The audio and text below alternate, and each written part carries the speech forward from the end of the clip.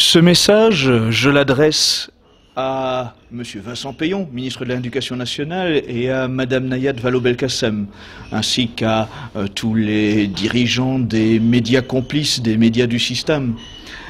Il paraît que la théorie du genre n'existerait pas. C'est l'affirmation, le gros mensonge de Peillon et de Belkacem. Eh bien, relevez le gant, osons un défi, osons un débat en direct sur le média de votre choix, mais en direct.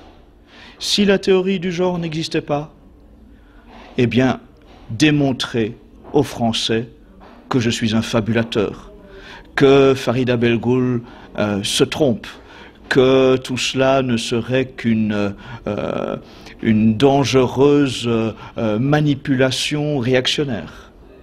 Mais je vous garantis, moi, là je m'adresse aux Français, à tous les Français, je vous garantis, moi, que la théorie du genre existe bel et bien, qu'elle se propage en ce moment, qu'elle souille nos enfants en ce moment. Et je le démontrerai si M. Peillon ou Mme Nayat Vallaud-Belkacem relèvent le gant. Je démontrerai des faits, j'arriverai avec des documents incontestables, parce que les faits sont là. Depuis maintenant des mois, cette théorie du genre prend nos enfants en main, les manipule, les conditionne. Rendez-vous compte, par exemple, simple illustration, mais ô combien révélatrice, ce cas d'une enseignante dans le 10e arrondissement de Paris, qui pour le carnaval dernier a fait habiller tous les petits garçons en petites filles et les a fait défiler ainsi dans les rues environnantes de l'établissement scolaire. Un fait précis, une illustration parmi des dizaines d'autres.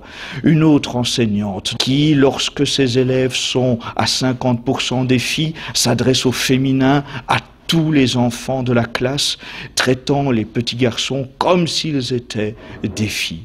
Ce sont des exemples parmi d'autres. Madame Vallaud-Belkacem prétend que tout cela serait uniquement un travail en vue de promouvoir l'égalité entre filles et garçons. Soyons sérieux, quand on sait que le matériel pédagogique utilisé est notamment le type d'ouvrage du style « Papa porte une robe », « J'ai deux mamans », est-ce que cela c'est de l'égalité entre filles et garçons? Non. C'est une œuvre de perversion.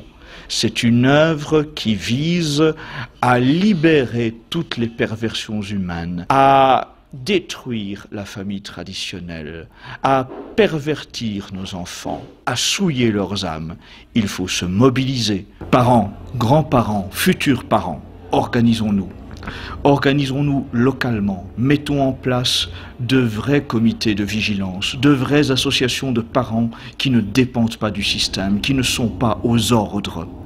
Organisons-nous aussi en donnant de l'écho à la pétition lancée sur le site www.école-libre.com. Signez cette pétition, faites connaître cette pétition, diffusez-la autour de vous. Soutenez aussi le combat de Mme Farida Belgoul pour les journées de retrait des enfants des écoles. Enfin, un appel aux parents, aux enseignants, aux directeurs d'établissements scolaires. Transmettez-nous tous vos témoignages, toute la documentation qui démontre la théorie du genre propagée en ce moment dans les écoles. Donnez-nous toutes les armes pour dénoncer ce qui se passe en ce moment. Ensemble, nous gagnerons.